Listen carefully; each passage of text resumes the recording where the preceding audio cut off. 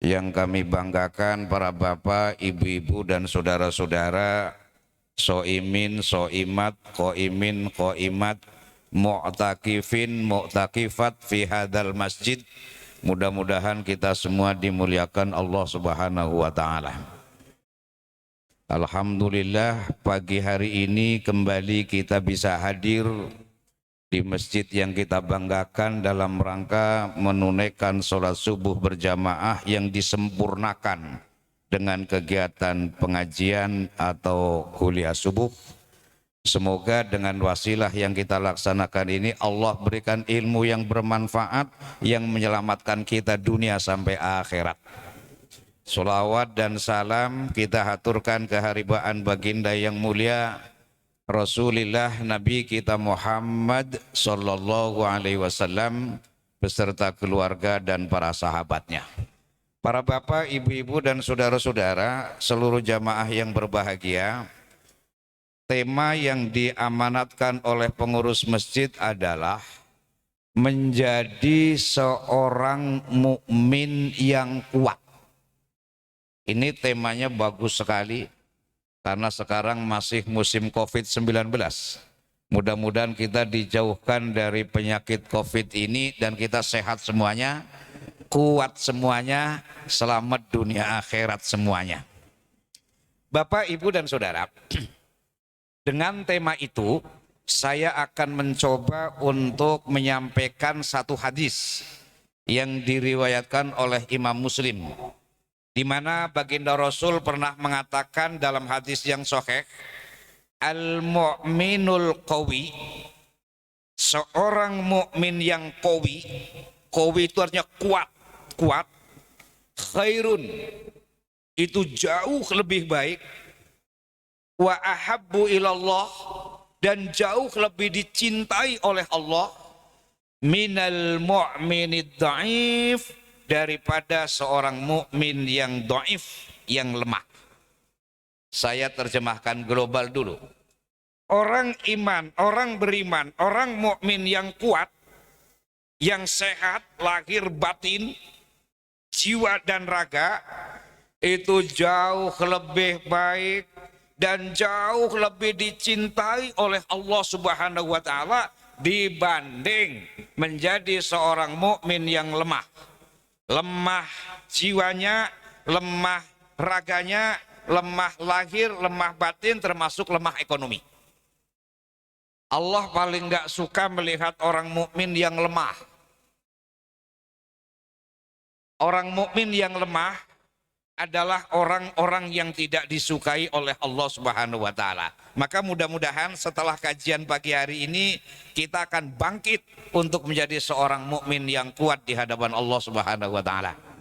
Baik, bagaimana untuk meraih itu menjadi seorang mukmin yang kuat? Dalam hadis itu dijelaskan lebih lanjut, ada empat kiat, ada 4 cara. Ini kelanjutan hadis itu. Apa kata Rasul? Yang pertama, ahris ala ma yanfa'uka. Apa artinya? Optimis, semangat, sungguh-sungguh, ala ma yanfa'uka, meraih, mencapai, mendapatkan sesuatu yang bermanfaat untuk dirimu, baik dunia maupun akhirat. Ini Rasul sudah menganjurkan dan mengajarkan itu. Semangat, optimis, sungguh-sungguh untuk meraih, mencapai, mendapatkan sesuatu yang itu bermanfaat untukmu baik dunia maupun akhirat. Ini kunci yang pertama. Sekarang pertanyaannya, kita udah termasuk orang seperti itu atau belum? Kalau belum, mari kita merubah mindset kita, kita merubah pikiran kita merubah hati kita. Untuk mendapatkan kriteria semacam itu, pangkalnya adalah kolbu, hati. Berarti hati yang kita tumbuhkan untuk akhris, untuk haris, untuk sungguh-sungguh, untuk optimis. Karena apa? Anggota badan, hanya sebagai pelaksana, tapi komandannya adalah hati. Imam Al-Ghazali, seorang hujatul Islam yang sangat terkenal, filosof sekaligus seorang sufi, dia pernah mengatakan begini, manusia siapapun itu orangnya, komandannya adalah kalbunya, hatinya. Sedangkan badannya adalah prajurit yang tinggal melaksanakan perintah komandan. Ini kita semuanya pagi-pagi ke masjid, kakinya melangkah, tangannya bergerak, badannya bergerak, kan karena disuruh oleh hati kan. Kalau hatinya nggak nyuruh, kita nggak ke masjid. Ada nggak orang dekat masjid tapi jarang ke masjid? Oh ya? Ada begitu? Orang rumahnya dekat masjid tapi jarang ke masjid, ada? Hidup itu hidup. Karena apa? Karena komandannya nggak perintah. Kalau kaki kan nurut kaki. Orang kadang-kadang kaki yang sudah mulai sakit-sakitan, kalau hatinya keras saja tetap berangkat kok. Ya Pak Haji Kusnadi, ente udah pakai kursi, bukan kursi roda ya, kursi ya. Kirain kursi roda gitu kan. Ente udah, bukannya ente pengantin baru? Apa gara-gara pengantin baru kali ya? Bisa juga itu. Subhanallah. Ini saudara saya mulai dari Ciracas, jadi saya enak aja ngomongnya gitu kan.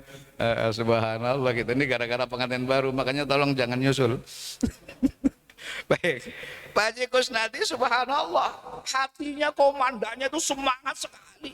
Sehingga walaupun kakinya agak capek tetap semangat.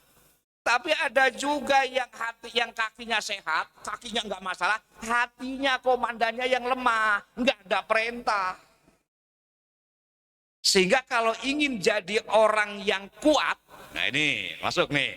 Kalau ingin jadi seorang mukmin yang kuat, yang diperbaiki hatinya dulu. Hatinya, jangan fisiknya dulu. Maka kan lagu Indonesia Raya, bangunlah jiwanya, bangunlah. Berarti badan apa jiwa dulu? Jiwa dulu.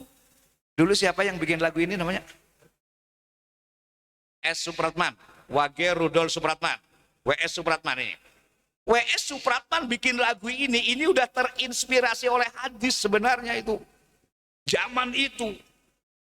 Karena apa? Di dalam hadis diperintahkan bangun hatinya dulu, jiwanya dulu. Setelah jiwanya sehat, badan gampang. Orang badan nurut sama hati kok. Bukan hati yang nurut sama badan. Sampai-sampai Rasul mengatakan, seandainya umatku tahu tentang hebatnya sholat subuh berjamaah di masjid, mereka akan datang ke masjid walaupun merangkak-rangkak karena kakinya lagi kena bengkak. Oh, kenapa semangat? Maka kalau ingin jadi seorang mukmin yang kuat, kunci pertama semangat. Semangat modalnya hati. Dan orang kalau semangat jadi enteng. Enteng. Kenapa kamu ke masjid enteng? Karena semangat. Kayak ibu-ibu ini. Coba sementara ibu-ibu kok ada yang ceramah di belakang ya? Enggak, karena memang kelebihannya ibu-ibu kalau dengerin ceramah bisa ceramah dia itu. Saya senang sih sama ibu-ibu karena walaupun pintar ceramah dan dia rajin ngaji. Kan kadang-kadang kalau lagi ngaji sambil ngomongin orang. Itu karena saking pintarnya ceramah itu kan. Dan hebatnya lagi ada yang diomongin ustadzahnya lagi itu. Itu hebat sekali itu. Subhanallah itu. Ibu-ibu mamanya. Ibu-ibu kalau lagi semangat hatinya, oh di rumah kerjaan beres semua. Mulai dari A sampai Z itu beres semua kerjaan, tetek, bengek, beres semuanya. Tapi kalau lagi nggak semangat, subhanallah, sehari nggak akan selesai. Rumah kayak kapal pecah, tetek, bengek nggak selesai. Hilang teteknya tinggal. Berarti apa? Kuncinya semangat. Nah sekarang bagaimana memunculkan hati menjadi semangat? Nah ini mulai masuk ini. Berarti kalau ingin menjadi orang mukmin yang kuat, berarti hatinya semangat. Nah sekarang bagaimana ingin agar hatinya tumbuh, hatinya hidup, hatinya semangat? semangat, optimis, mesti bisa mencapai target dan melaksanakannya dengan enteng. Ada 3 syarat ini. Ini penting ini 3 syarat ini agar hatinya hidup semangat. Yang pertama, makanlah dari rezeki yang halal. Ini kunci ini. Kunci betul. Walaupun di rumah ada Quran, tapi kalau makanannya haram, hatinya nggak ada semangat baca Quran. Walaupun punya duit, bisa infak, tapi kalau makanan sering haram, malas mau infak itu. Walaupun dekat masjid, kalau hatinya nggak ada semangat karena rezekinya nggak halal, itu sulit banget. Ke masjidnya berat sekali, nggak ada getaran dari hati, nggak ada connect dari hati. Karena apa? Makanannya haram. Sehat sekalipun, kalau makanannya haram, jangan harapkan hati bisa kuat. Badan kuat, tapi hati lemah. Kalau hati lemah, maka itu akan menjadi al-mu'minu dhaif, seorang mukmin yang lemah. Maka tolong di Ramadan ini kita koreksi. Ada nggak rezeki haram yang masuk ke rumah kita? Ada nggak rezeki subhat yang masuk ke rumah kita? Kalau ada rezeki haram masuk rumah kita, rezeki subhat masuk rumah kita, mungkin kita bisa menjadi orang sehat, tapi tidak menjadi orang kuat. Orang sehat sama orang kuat itu beda. Melari pagi sehat, tapi nggak mau ke masjid ya muslim, itu nggak kuat namanya. Agar menjadi seorang mukmin yang kuat, makanannya halal. Halal. Tolong dikoreksi. Saya kalau lagi ngomong halal begini suka diledek sama orang-orang di pinggir jalan. Kata orang pinggir jalan yang ngomongnya gini, Kiai, sekarang ini boro-boro yang halal, yang haram aja.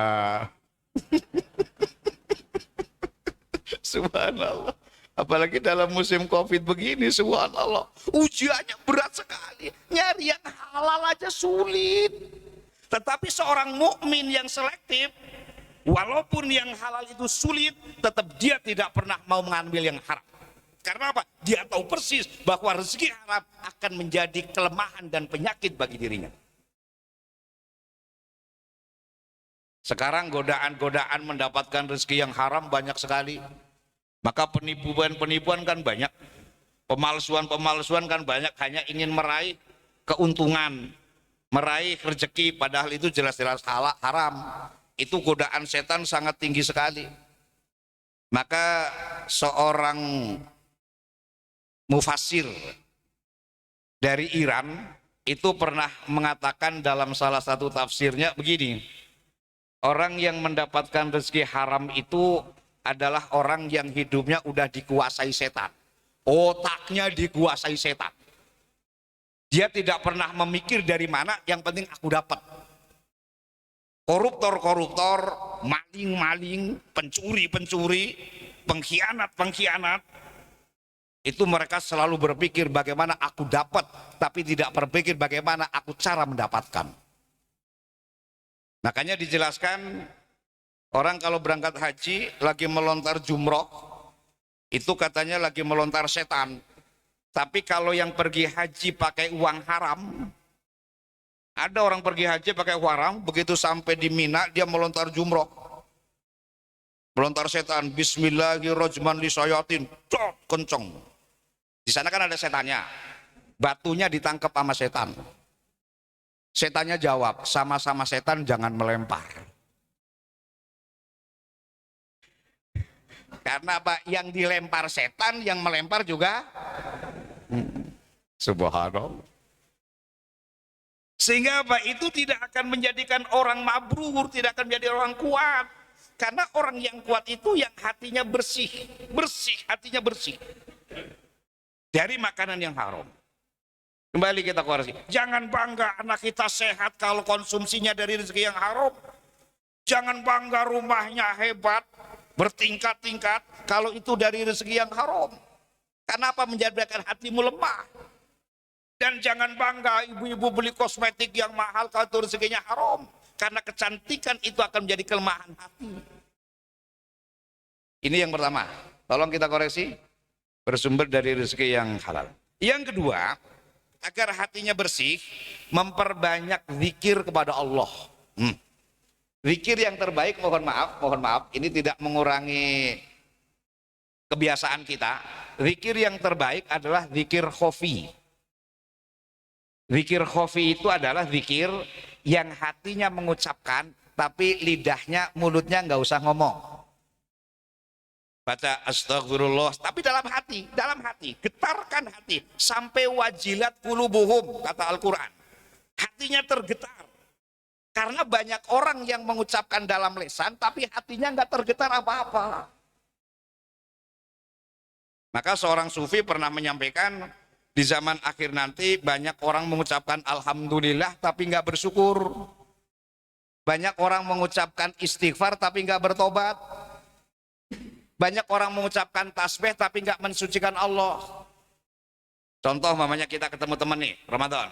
Apa kabar mas? Alhamdulillah, sehat. Puasa enggak? Enggak. Kira-kira ada enggak orang Islam Ramadan enggak puasa? Banyak. Tapi alhamdulillahnya keluar. Berarti apa? Orang mengucapkan alhamdulillah tapi enggak bersyukur. Buktinya apa? Buktinya enggak puasa. Karena syukur yang paling benar bukan ucapan tapi perbuatan.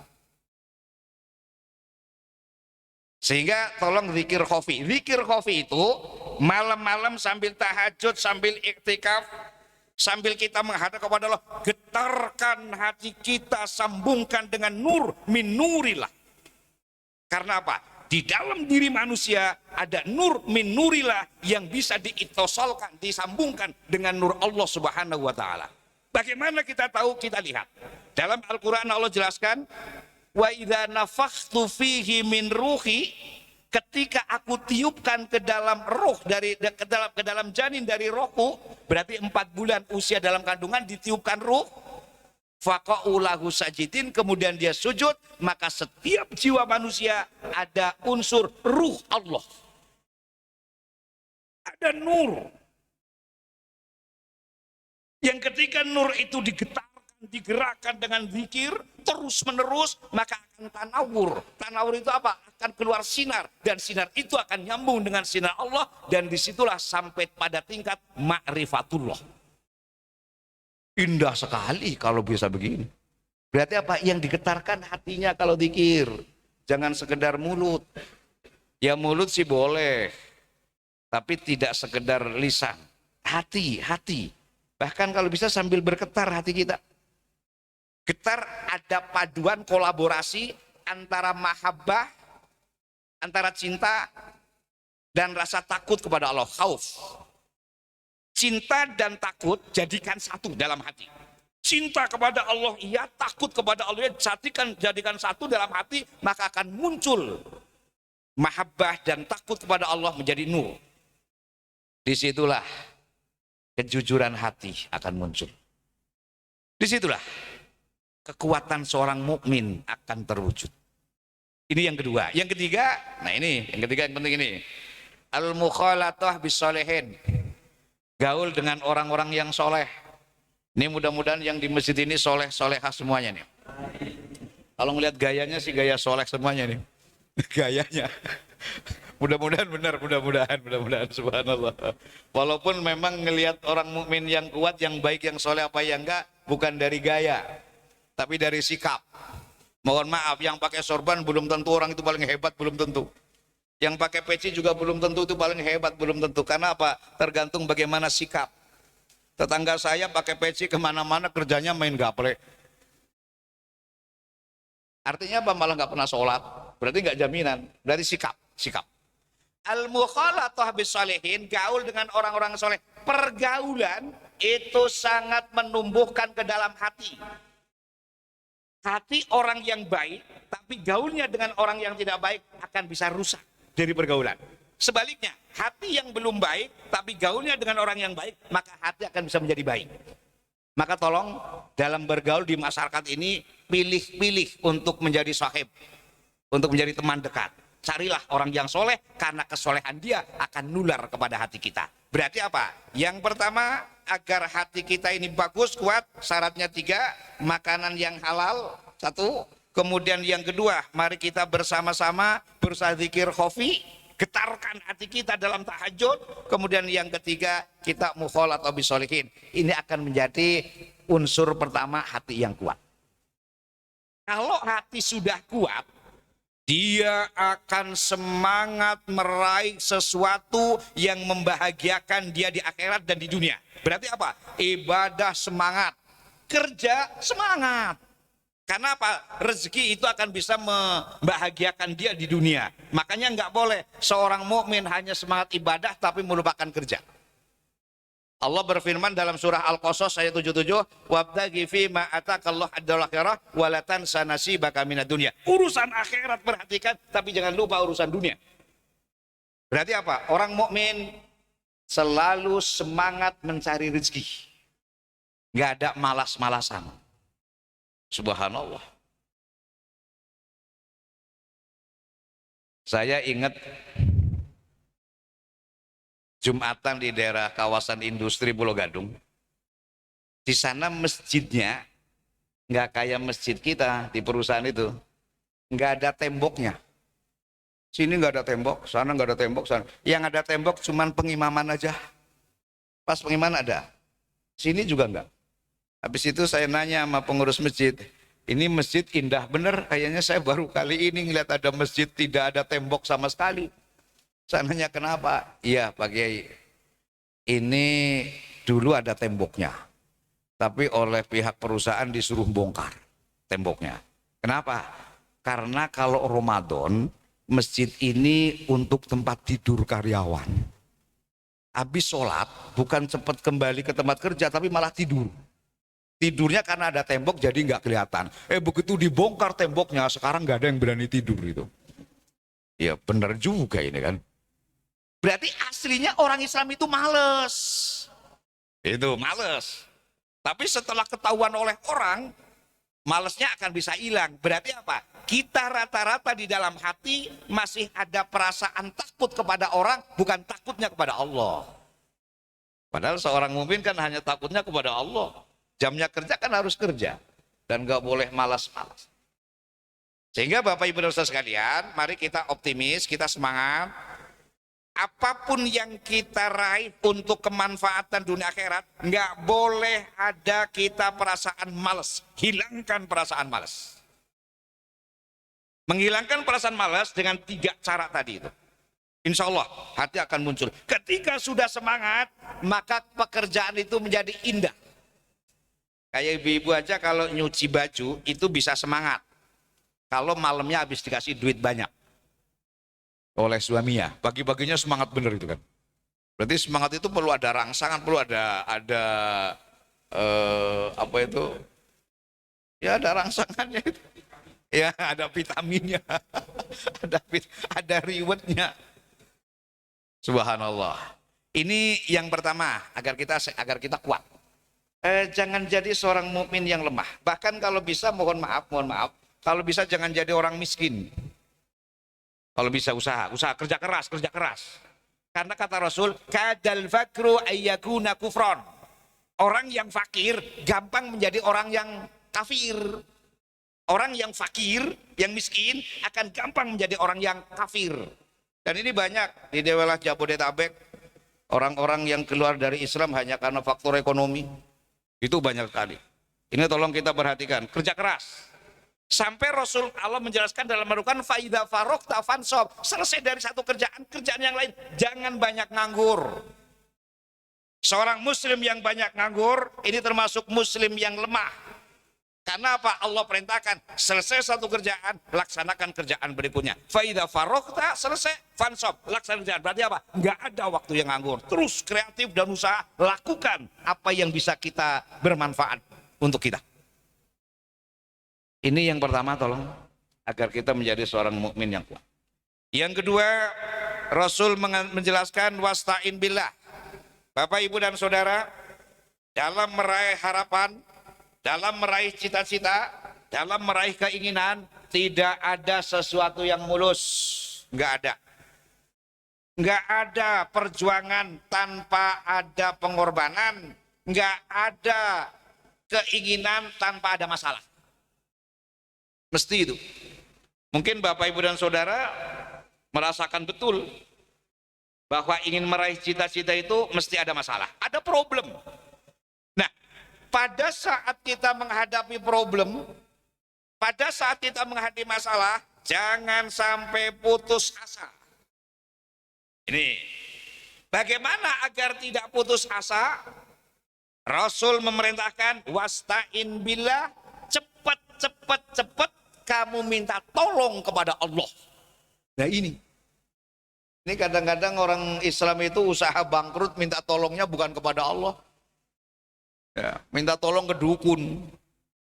Biar kaya, dukunnya miskin. Dukunya miskin. Kalau dukunya bisa bikin orang kaya, kenapa dia nggak kaya dulu? Ini kadang-kadang rasionya udah nggak jalan kan. Usaha bangkrut, biar menjadi orang kaya datang ke dukun, dukunya miskin. Ini udah nggak masuk akal. Malah belakangan ini yang agak laris ini paranormal ini. Usaha bangkrut datang ke paranormal. Yang datang ya nggak normal juga jadinya. Maka ketika ada masalah, tolong Bapak Ibu dan Saudara, tidak mungkin hidup tanpa masalah, nggak mungkin. Cepat wasta'in billah, minta tolong kepada Allah, cepat. Subhanallah. Ini kadang-kadang kita ini agak keliru, minta tolongnya bukan kepada Allah. Ngadu sama teman, yang teman punya masalah juga. Dia nggak menyelesaikan masalah. Kepada Allah ngadu. Bahkan silakan ucapkan menggunakan bahasa kita.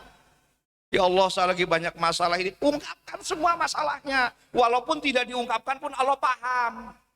Tapi ketika diungkapkan, Allah sangat bangga. Sama dengan orang tobat nih. Ini Ramadan kan bulannya tobat. Tolong pada waktu tobat, ungkapkan dosa-dosa yang pernah kita lakukan. Walaupun tidak diungkapkan, Allah paham. Tapi ketika diungkapkan, Allah tambah bangga. Ya Allah, ampuni dosa-dosa aku ya Allah. Dulu waktu muda sering gak sholat ya Allah. Sering gak puasa ya Allah. Dulu waktu muda kadang-kadang juga nenggak minuman keras ya Allah. Nyungsep di comberan sampai habis 2 botol. Ngomong. Allah seneng kalau ada hambanya yang mengakui dosa. Ya Allah, dulu kalau ke warung saya ngambil 2, ngomongnya bayar 1. Mangga tetangga habis semua. Begitu mulai gede-gede, ya Allah, dulu saya pernah merkosa janda muda. Ngomong. Tapi ngomongnya nggak harus diucapkan, cukup di hati. Allah dengar apa yang ada di hati kita.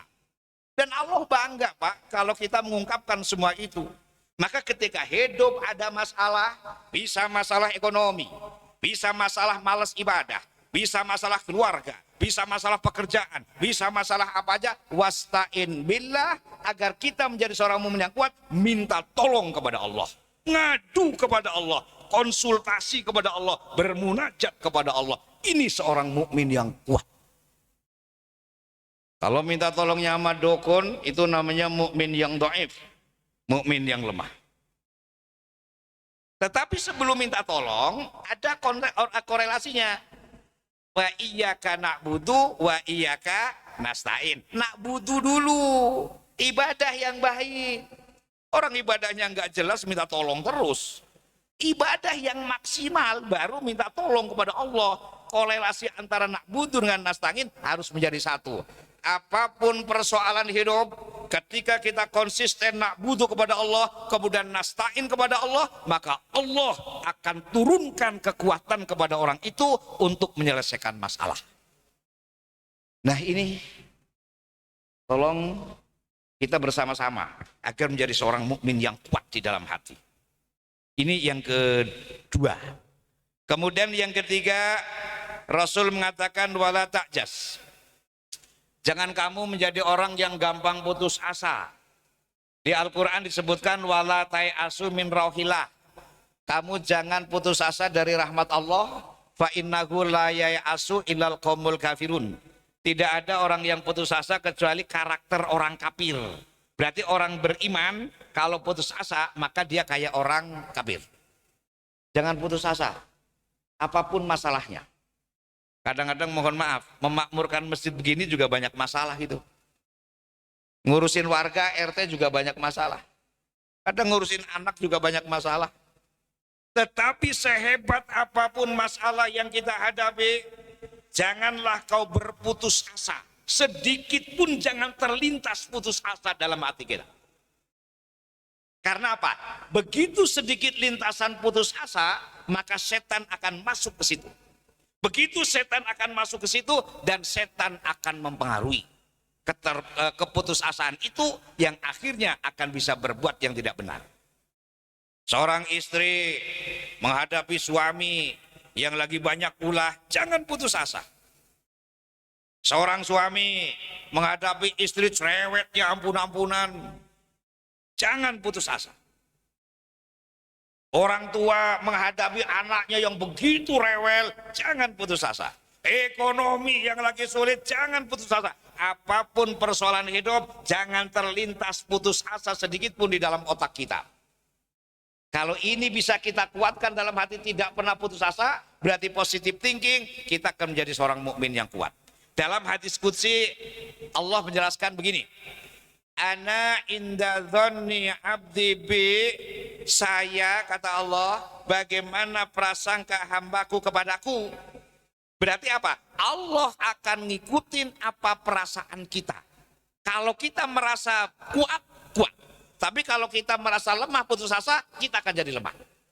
Untuk itu kita harus positive thinking kepada kehendak Allah.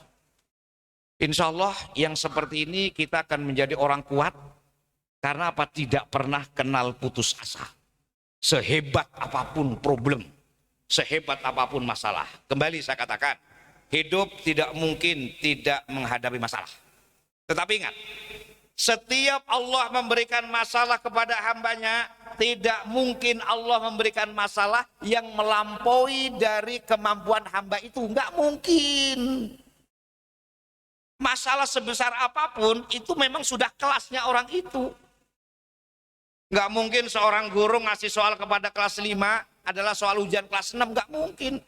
Nggak mungkin Allah ngasih masalah kepada seseorang yang itu bebannya jauh lebih berat daripada kemampuan hambanya. Nggak mungkin. Cuman kenapa ada masalah orang yang merasa berat, sama kelas 5 dikasih soal kelas 5, ada yang nggak lulus. Kenapa nggak naik kelas? Karena dia nggak maksimal usahanya. Untuk itu, Bapak Ibu Saudara sekalian, mari kita hadapi masalah ini. Jangan sampai ada putus asa. Ini mohon maaf, kalau kita udah pulang sampai rumah, ini kan kita menghadapi masalah masing-masing ini kan. Masalahnya udah, tapi jangan sekali-kali kita putus asa. Harus selalu kita positive thinking kepada kehendak Allah. Ini yang ketiga. Yang keempat, wa in asobaka syarrun falatakun lidha fa'altu inni kada wa kada. Gini, kalau ada musibah, nggak ada orang yang nggak kena musibah, mesti. Semua orang mesti akan diberikan musibah. Seorang mukmin yang kuat ketika menghadapi musibah tidak pernah menyalahkan siapapun. Dan dia meyakini bahwa musibah itu dari Allah. Dan dia meyakini juga bahwa dengan musibah itu menjadi kebaikan. Nah, ini yang agak sulit ini. Rata-rata kan orang menghadapi musibah itu sesuatu yang negatif. Tapi seorang mukmin yang kuat ketika menghadapi musibah, dia melihat bahwa itulah kebaikan. Ini di sini agak sulit, tetapi akan kita coba untuk bisa menjadikan musibah menjadi kebaikan. Gini, saya ambil contoh. Mungkin ada di antara kita yang anaknya meninggal. Itu kan namanya musibah. Rata-rata orang ketika kena musibah anaknya meninggal, dia akan bisa putus asa karena itu anak satu-satunya. Anak satu-satunya, anaknya pinter, anaknya cerdas, anaknya soleh, anaknya cantik, anak hebat sekali. Meninggal. Rata-rata orang tuanya putus asa. Bahkan bisa juga orang tuanya mengatakan Allah nggak adil. Dia berontak. Orang yang seperti ini adalah orang yang mukminnya tidak kuat. Dan rata-rata seperti itu kita. Karena apa? Satu-satunya anak yang kita gadang-gadang, anak si mata wayang, satu-satunya yang bisa kita harapkan, ternyata Allah ambil. Itu musibah pukulan yang sangat berat. Orang mukmin yang kuat, ketika menghadapi musibah yang berat, dia mengatakan, inilah yang terbaik menurut Allah. Subhanallah. Ini kayaknya agak jarang yang begini nih. Ini yang terbaik menurut Allah. Termasuk kalau istrinya meninggal. Gak begitu. Kan tinggal ganti. Artinya apa Bapak-Ibu sekalian? Bagaimana seorang mukmin bisa positive thinking terhadap musibah yang Allah berikan kepada kita? Maka mohon maaf, tapi ini jangan ditiru dulu karena kita belum kelasnya.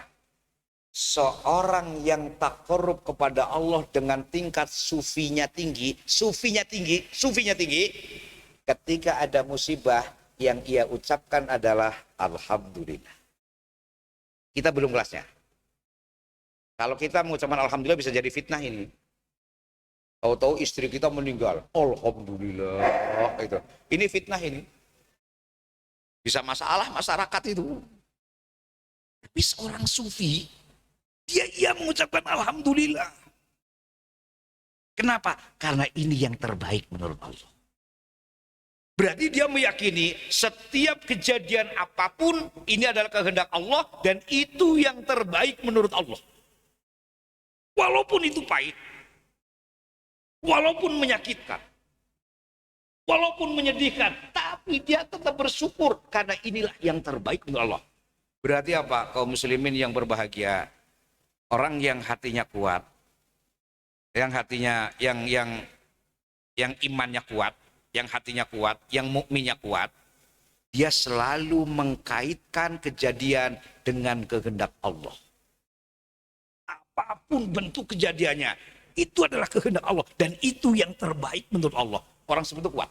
Berarti apa? Ketika anaknya meninggal dunia si mata wayang, dia kuat, hatinya kuat. Jangan kayak dulu saya mungkin pernah menceritakan, saya tinggal di Ciracas. Di Ciracas itu ada orang pendatang baru dari daerah Tebet.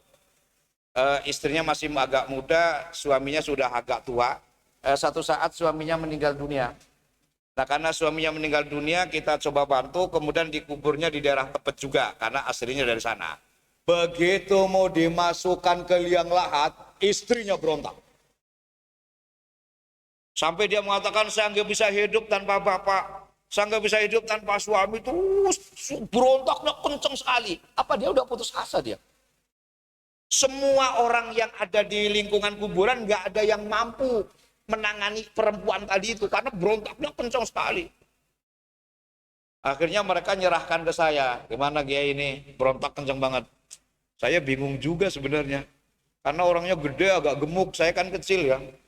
Kalau dipegangin saya bisa kental saya ini kan, agak bingung saya. Tapi saya mencoba.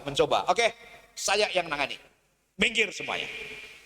Saya bilang sama ibu, kalau benar-benar ibu sangat cinta sama suaminya, masuk ke liang lahat sekarang, mau tak kubur sekarang. Saya ngomong begitu, tapi agak khawatir juga kalau masuk beneran gimana. Saya tantang lagi, kalau benar-benar ibu suka sama suaminya nggak bisa hidup tanpa suami, masuk sekarang, mau saya kubur bareng sekarang. Saya ngomongnya agak kenceng gitu, tapi ngomong begitu, dia ternyata nggak berani masuk ke liang kubur itu. Dalam hati saya, alhamdulillah. Ini trik saya agak manjur itu. Coba bayangkan kalau dia nyegur beneran. Mungkin saya yang disalahin itu kan. Ini artinya apa? Orang yang putus asa seperti itu, kadang-kadang kita perlu ada shock terapi. Agar dia bisa bangkit. Nah orang yang suaminya meninggal seperti tadi, mestinya kalau imannya kuat, ya udah ini kehendak Allah yang terbaik. Saya terima, saya ikhlas. Mestinya begitu. Maka seorang mukmin yang kuat tidak pernah menyesalkan apapun semua kehendak Allah. Tidak pernah disesali. Karena apa? Itulah yang terbaik menurut Allah. Dikasih sakit, mohon maaf. Dikasih sakit, nggak pernah menyalahkan siapapun. Dan itu meyakini bahwa penyakit ini yang terbaik menurut Allah. Ini agak sulit memang di sini.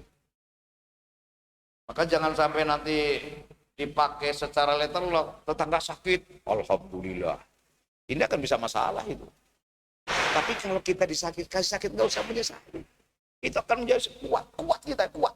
Ada musibah apapun kuat.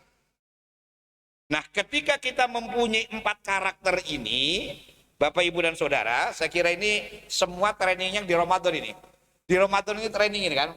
Kalau Bapak, Ibu, dan Saudara kita menghayati semua nilai-nilai Ramadan dari pagi sampai pagi, dari subuh sampai subuh, dari sahur sampai sahur, ini semua adalah cakupan dari 4 hal ini. Kita lihat, siang-siang puasa, lapar, capek, aus, ya, tapi karena hatinya kuat, bertahan sampai maghrib. Subhanallah. Ini kan berarti apa? Hati kita udah kuat ini. Kalau yang nggak kuat, kan siang-siang masuk warung yang kelihatan kakinya doang. Di daerah kalian kan ada nggak warung kelihatan kakinya doang? Ada. Jadi orang hanya punya kaki tapi nggak punya kepala gitu. Subhanallah itu kan. Itu namanya nggak kuat itu. Malam-malam kita terawih capek. Tetapi karena hatinya kuat, enteng, semangat. Berarti apa? Mendapatkan seorang mukmin yang kuat, menjadi seorang mukmin yang kuat, trainingnya ini di Ramadan. Berarti Ramadan selesai, kita keluar dari Ramadan, kita akan menjadi al-mu'minul qawi. Tidak mukminul dhaif. Semua trainingnya di Ramadan. Saya hanya mengulas aja. Sebenarnya kita semua sudah mendapatkan materi itu. Puasa, taraweh, tadarus, iktikaf, zakat, infak, sedekah, dan yang lain-lainnya, semua dalam rangka mewujudkan al-mu'minul qawi, mukmin yang kuat. Untuk itu, Bapak, Ibu, dan Saudara, mari. Ramadan tinggal beberapa hari lagi. Jangan sampai kita menurun, tapi kita harus menaik, ningkat. Bahkan kalau bisa, jangan sampai urusan dunia mempengaruhi urusan akhirat. Jangan sampai urusan dunia menggagalkan urusan akhirat. Contoh kira-kira ibu-ibu kira-kira sederhana aja. Boleh ibu ngurusin kue, tapi nggak boleh meninggalkan taraweh. Kira-kira begitu. Jangan sampai kayak tetangga saya sekarang lagi bikin dodol itu, orang Betawi. Saya nanya, bang, ngapain bang? Bikin dodol kayak buat apa? Lebaran. Yang bikin dodol nggak puasa. Karena sambil minum sambil ngerokok gitu, katanya lebaran. Ini artinya apa? Urusan dunia mengalahkan akhirat. Walal akhiratu khairun laka minal ula. Urusan akhirat lebih penting. Tinggal beberapa hari lagi Ramadan kita sempurnakan. Tolong jangan kendor, malah kalau bisa lebih semangat. Mohon maaf, belum ada jaminan Ramadan tahun depan kita masih ada. Yang Ramadan tahun dulu sekarang sudah nggak ada nggak gitu? Yang dulu masih ada, sekarang nggak ada. Ada gitu. Siapa tahu nanti giliran kita ini kan. Maka tinggal 4 hari lagi atau 5 hari lagi ini tolong dimanfaatkan. Bila perlu kita yang maksimal kepada Allah. Berbuat yang terbaik untuk akhirat, bekal kita. Mudah-mudahan kita semuanya husnul khatimah. Baik, saya kira ini yang bisa saya sampaikan kaitannya dengan menjadi manusia atau mukmin yang kuat. Dan itu adalah training dari kegiatan Ramadan. Dan silakan mungkin ada pertanyaan. Baik, Bapak-bapak, ada Pak Harto. Assalamualaikum warahmatullahi wabarakatuh. Waalaikumsalam warahmatullahi wabarakatuh. Mangga Pak. Terima kasih Ustaz Ya. atas pencerahannya. Tadi dijelaskan contoh-contoh Ustaz bagus sekali dan dikaitkan dengan keputusasaan. Ya. Bagaimana kita dicoba oleh Allah kalau kita itu apakah melakukan kesabaran? Nah, kalau putus asa itu berkaitan dengan pikiran. Kalau boleh dikatakan dengan kesabaran, yang bagaimana dan harus apa kita perbuatan kita? Makasih Ustaz. Kesabaran. Ya, apakah kita harus dikatakan, oh harus sabar? Oh, gitu. iya. Gitu. Bagaimana Ustaz? Ya, Makasih. ya. Oke, langsung ya. Gini. Orang yang semangat, yang kuat, mukmin yang kuat, itu sabar akan menjadi otomatis. Orang kalau sabar, mesti itu tanda keimanannya kuat. Orang yang keimanannya kuat, mukmin yang kuat, mesti sabar itu mesti menjadi karakter. Karena antara kekuatan iman dan sabar ini adalah kesatuan yang tidak bisa terpisahkan. Nah, hanya persoalannya ketika kita mendapatkan ujian, kita bisa nggak mempertahankan kesabaran? Maka harus sabar, betul, harus sabar, harus sabar. Tapi biasanya orang sabar itu setelah lulus mendapatkan ujian, baru ketahuan sabarnya. Tapi kalau belum ada ujian, itu nggak ada tanda-tanda kesabaran. Jangan sampai begini, alhamdulillah saya bisa sabar. Emang ada apa? Nggak ada apa-apa. Bukan itu. Tapi setelah dia dikasih ujian, dia sabar, baru namanya itu orang sabar. Tapi sabar memang betul harus dipertahankan. Saking hebatnya orang sabar, Allah janjikan, innallaha ma'as sabirin. Allah akan bersama orang-orang yang sabar. Orang yang mukmin jiwanya kuat, mesti sabar adalah bagian kepastian. Begitu Pak. Jadi pertahankan kesabaran kita. Dan kalau sabar muncul dari hati, itu indah dan nyaman perasaannya Pak. Begitu Pak. Terima kasih. Ada lagi? Ibu-ibu ada? Ibu ada yang bertanya? Oh, berarti udah sabar semuanya. Udah sabar semuanya dia. Bapak-bapak masih ada? Baik. Kalau nggak ada kita tutup aja. Baik, terima kasih. Marilah para bapak dan ibu kita bersama-sama konsentrasi sejenak. Berdoa, mohon pada Allah dengan penuh keyakinan. Doa kita di pagi hari ini semua di masjid kita ini diijabah oleh Allah Subhanahu wa taala. Kita awali istighfar bersama-sama. Astaghfirullahaladzim, astaghfirullahaladzim, astaghfirullahaladzim, alladzi la ilaha illa huwal hayyul qayyum wa atubu ilaih. Istighfar dalam hati masing-masing. Sambil mengingat dosa-dosa yang pernah kita lakukan. Sambil mengingat perbuatan maksiat yang pernah kita jalankan. Sambil mengingat perbuatan mungkar yang pernah kita banggakan. Wa tubu ilallahi taubatan nasuha. Bismillahirrahmanirrahim. Allahumma salli wa sallim wa barik ala sayyidina Muhammadin wa ala alihi wa sahbihi ajma'in. Alhamdulillahi rabbil alamin. Hamdan syakirin, hamdan na'imin, hamdan yuwafi ni'amah wa yukafi mazidah. Rabbana lakal hamdu kama yanbaghi li jalali wajhikal karimi wa li'azimi sultanik. Allahumma ighfir lana dhunubana wa liwalidayna warhamhuma kama rabbana sighara. Allahumma arinal haqqa haqqa warzuqna ittiba'ah wa arinal batila batila warzuqna ijtinabah. Allahumma hdina siratal mustaqim siratal anbiya'i wal mursalin siratal syuhada'i was salihin siratal ulama'il amilin birahmatika ya arhamar rahimin. Allahumma barik fi hayatina wa barik fi ilmina wa barik fi rizkina wa barik fi auladina wa dhurriyyatina wa barik fi ibadatina birahmatika nas'aluka salamah wa nas'aluka al-afiyah wa nas'aluka al-barakah wa nas'aluka al-istiqamah wa khtimna ya Allah bi husnil khatimah. Rabbana atina fid dunya hasanah wa fil akhirati hasanah wa qina adzabannar. Subhana rabbika rabbil izzati amma yasifun wa salamun alal mursalin walhamdulillahi rabbil alamin. Terima kasih dan mohon maaf. Wallahul muwaffiq ila aqwamit thoriq. Wassalamualaikum warahmatullahi wabarakatuh. Waalaikumsalam warahmatullahi wabarakatuh. Demikian tadi kajian subuh pagi kita telah selesai. Mudah-mudahan kita semua mendapatkan ilmu dari Pak Kiai. Dan terima kasih Pak Kiai.